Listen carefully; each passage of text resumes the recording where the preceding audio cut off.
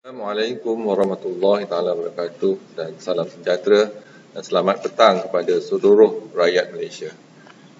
Berdiri bersama dengan saya adalah Datuk Dr. Rohaizat, Datuk Dr. Chong Chee Kiong dan Dr. Hisham Shah. Kementerian Kesihatan Malaysia ingin memaklumkan bahawa terdapat 88 kes yang telah pulih dan dibenarkan discharge pada hari ini. Ini menjadikan jumlah kes kumulatif kes yang telah pulih sepenuh daripada jangkitan COVID-19 dan telah discharge pada ward adalah sebanyak 4,864 kes, iaitu bersamaan dengan 74.43% daripada jumlah keseluruhan kes. Sehingga 8 Mei 2020 jam 12.30 hari, terdapat 68 kes baru yang telah dilaporkan, di mana 57 kes adalah di kalangan bukan warga negara. Ini menjadikan jumlah kes positif COVID-19 di Malaysia adalah sebanyak 6,535 kes. Oleh itu, jumlah kes aktif dengan kebolehan jangkitan COVID-19 adalah 1,564 kes dan mereka telah diasingkan dan diberi rawatan di hospital. Ingin dimaklumkan bahawa daripada 68 kes baru yang dilaporkan hari ini, 4 adalah kes import daripada warga negara yang pulang dari luar negara, iaitu 3 daripada United Kingdom dan 1 daripada Amerika Syarikat. Ini bermakna kes penularan tempatan adalah sebanyak 64 kes, di mana sebanyak 3 kes telah dikesan dari kluster dan lokaliti di bawah Perintah Kawalan Pergerakan diperketatkan. Sehingga kini seramai 18 kes positif COVID-19 sedang dirawat di unit rawatan rapi dan daripada jumlah tersebut, 7 kes memerlukan bantuan pernafasan. Daripada maklumat terkini yang dilaporkan ke CPRC Kebangsaan, dimaklumkan bahawa tiada kes kematian dilaporkan setakat ini. Justru jumlah kumulatif kes kematian COVID-19 di Malaysia kekal sebanyak 107 kes, iaitu bersamaan dengan 1.64% daripada jumlah keseluruhan kes. Seperti yang dimaklumkan pada 2 Mei 2020, Kementerian Kesihatan telah mengenal pasti satu kluster yang melibatkan warga pekerja di sebuah kilang di Perdas Negeri Sembilan. Kluster ini mula dikesan apabila seorang kaki tangan kilang tersebut didapati tidak sihat dan mula mengalami gejala demam, batuk, sesama, sesak nafas dan sakit kepala dari mulai 5 April 2020. Beliau telah mendapatkan rawatan di klinik kesihatan dan ujian COVID-19 telah dijalankan pada 10 April 2020 dan pada 12 April 2020 keputusan ujian pengesanan COVID-19 disahkan positif. Susulan itu, siasatan dan saringan bagi kontak rapat kaki tangan tersebut telah dijalankan. Sehingga 8 Mei 2020 jam 12.30 hari, seramai 786 orang telah disaring dan diuji untuk COVID-19. Mereka terdiri daripada pekerja kilang, ahli keluarga mereka dan semua rakan-rakan karib kes indeks tersebut. Daripada jumlah keseluruhan, 60 kes didapati positif. Kes negatif adalah 286 dan 440 orang masih menunggu keputusan.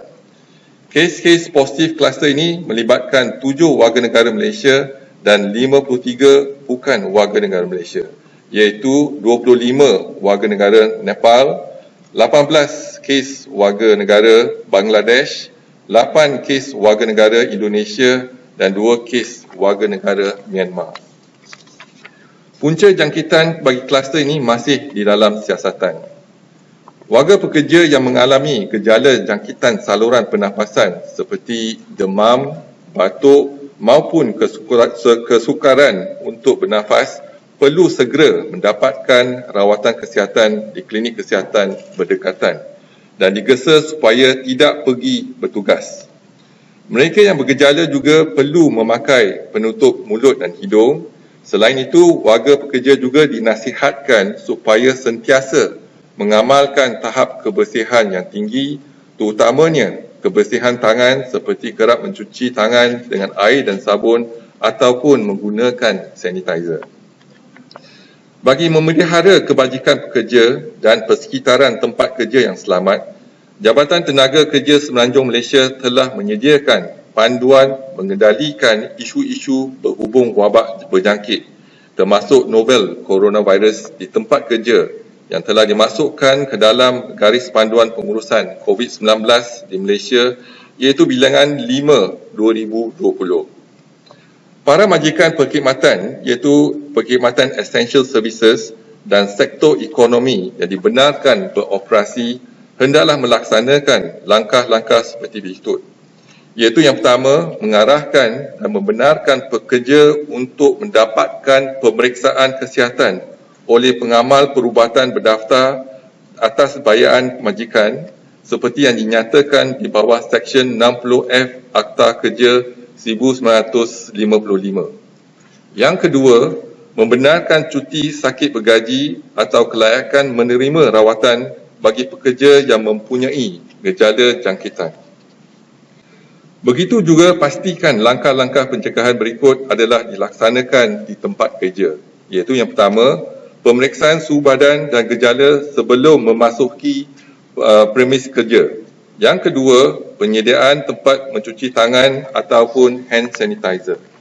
Yang ketiga, kerap melaksanakan proses pembersihan dan pembasmian kuman terutamanya di ruang guna sama. Yang keempat, amalan jarak sosial selamat iaitu sekurang-kurangnya 1 meter termasuk di ruang kerja dan ruang makan seperti yang pertama, elakkan berada di kawasan yang sesak iaitu crowded space. Yang kedua, elakkan pekerja berkumpul di kawasan yang tertutup confined space secara beramai-ramai pada masa yang sama seperti di ruang makan, pantry ataupun ruang solat. Yang ketiga, kekalkan jarak 1 meter ketika bercakap bersemuka dengan orang lain, iaitu close conversation. Kementerian Kesihatan akan terus memantau perkembangan kejadian jangkitan di dalam negara dan juga luar negara melalui maklumat yang diperolehi daripada pihak Pertubuhan Kesihatan Sedunia. Orang ramai akan sentiasa dimaklumkan sebarang perkembangan terkini mengenainya. Begitu juga Kementerian Kesihatan Malaysia akan memastikan langkah pencegahan dan kawalan yang sewajarnya adalah dilaksanakan secara berterusan. Seterusnya ingin dimaklumkan laporan kluster COVID-19 di kawasan Perintah Kawalan Pergerakan diperketatkan sehingga 8 Mei 2020 yang melibatkan 2 lokaliti. Lokaliti yang pertama ialah Pusat Bandar Utara dan Pasar Borong Kuala Lumpur, iaitu ada pertambahan 3 kes dan 1 kes adalah di luar kawasan PKPD, menjadikan jumlah kes positif ialah 192 kes dan 82 kes adalah di luar kawasan PKPD. Ia melibatkan 118 bukan warga negara dan 1 kematian bukan warga negara. Lokaliti kedua ialah Selayang Baru, tiada pertambahan kes, kekal jumlah 52 kes yang melibatkan 36 bukan warga negara. Daripada 366 madrasah dan sekolah tahfiz, 18,158 pelajar, guru dan kaki tangan telah dikenal pasti dan seramai 9,695 individu telah menjalani saringan dan ujian COVID-19. Daripada jumlah tersebut, 424 bersamaan dengan 4.4% didapati adalah positif COVID-19. Seterusnya, untuk kluster perhimpunan di Masjid Seri Petaling, setakat ini bilangan sampel diambil dan diuji adalah 36,587. Bilangan yang positif ialah 2,340 melibatkan 5 generasi. Pada generasi ketiga ada pertambahan 3 kes hari ini. Seterusnya dimaklumkan warga negara Malaysia yang pulang daripada luar negara dari 3 April sehingga 8 Mei 2020, di mana 30,333 individu telah pun dikuarantinkan. Daripada jumlah tersebut, 17,726 individu telah tamat tempoh kuarantin selama 14 hari.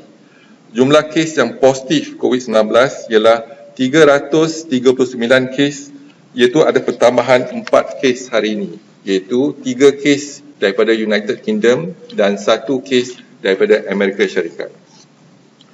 Seterusnya, laporan COVID-19 yang aktif di Malaysia sehingga 8 Mei 2020, iaitu kluster pedas. Sebagaimana saya telah sebut awal tadi, pertambahan 52 kes baru menjadikan jumlah kes 60 kes, di mana 53 adalah bukan warga negara dan 7 kes adalah warga negara. Dan kluster-kluster yang lain tiada pertambahan kes.